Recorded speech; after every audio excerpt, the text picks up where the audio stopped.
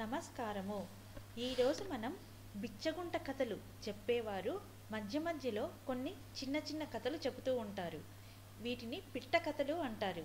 ఇవి చాలా తమాషాగా ఉంటాయి. ఇప్పుడు ఈ కథలను చూడండి.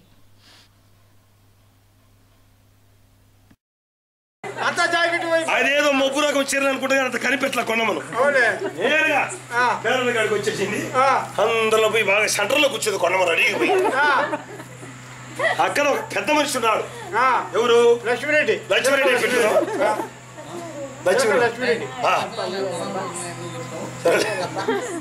లక్ష్మిరెడ్డి అందరూ చూస్తూ కొన్నమ సాయ అందరూ చూస్తున్నారు. ఎవరు కనిపెట్టలే కొన్నము. మన లక్ష్మిరెడ్డి చూశాడు కొన్నమ సాయ. చూశాక కొన్నమ్మ రొయ్య దొరుకుని కింద కాకట్టుకోవాలా. ఈ లక్ష్మిరెడ్డి ఎట్ట చూడలేదో ఇంకా కొన్నమ సాయన చూడ మొదలుపెట్టాడు. ఈ టీవీ జమినీ టీవీ చూసాడు చూస్తున్నాడు. అదే పనిలో ఉన్నాడు, అదే సూపులో ఉన్నాడు. అయినా దీని పాడుకొని ఇదే రొయ్య దొరుకుని కాకట్టుకోలేదు. అయినా పెరటంగా సలిపిండి గుగ్గుళ్ళు ఎన్ని వచ్చిన వాళ్ళకి పెడతారు కదా.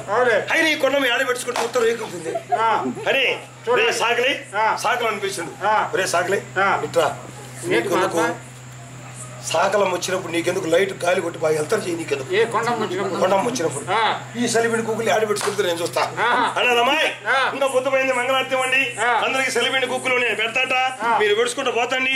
ఒక్కొక్కరికి నేను పెడతాట, మీరు పెడుచుకోబోతాను. ఒక్కొక్కరికి నేను పెడతాట, మీరు పెడుచుకోబోతామనండి సలిపిండి కుక్కులు. అందరూ వరుసగా లేచారు.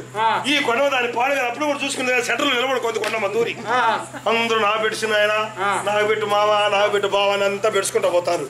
సగం అంటూ సగం పెట్టు. సెంటర్ లో వచ్చింది మన కొండమ్మ. పెట్టు లక్ష్మిరెడ్డి మావ నాకు పెట్టి పెట్టు అనేది. పట్టు పట్టుకుండా వచ్చి 2 దోశలతో కుక్కులు తీసుకున్నాడు. చూసుకునేది పైట సింగ పడతా చూస్తే లేదు. ఎటు చూచి లేదు. ఆ జారిపోయింది ఎవరు చూచి ఇటు మూల కొనకూడదు. అయ్యా ఒట్టి తొడలే ఓయ తల్లి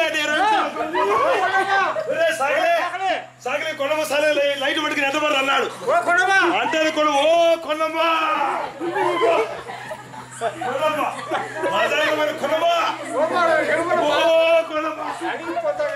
సిక్కలేదే కొండమ్మ. ఆమెకు సిగ్గు మీద తక్కువ పరిగెత్తా అంటే ఈ సాగరాన్ని ఏం చేసి లైట్ పట్టుకుని ఇంట్లో పోయిన పోయిలా ఇంట్లో కూడా లైట్ ఎత్తుకొని వస్తాడు. రారా నా పట్ట ఈ సందర్భంలో చూసింది ఎవరో చూడండి ఎవరో మళ్ళీ లైట్ పెట్టి మొత్తాన్ని చూపిస్తాడు. పొరక్కట్టు తీసుకొని మూతి విసాలు ఒకటి ఓడగొట్టిందంట. ఆ దెబ్బతో కొన్నమ్మ 1 వారం రోజులు ఇంట్లో వచ్చి గడగడ సిక్కుపోయిందయా.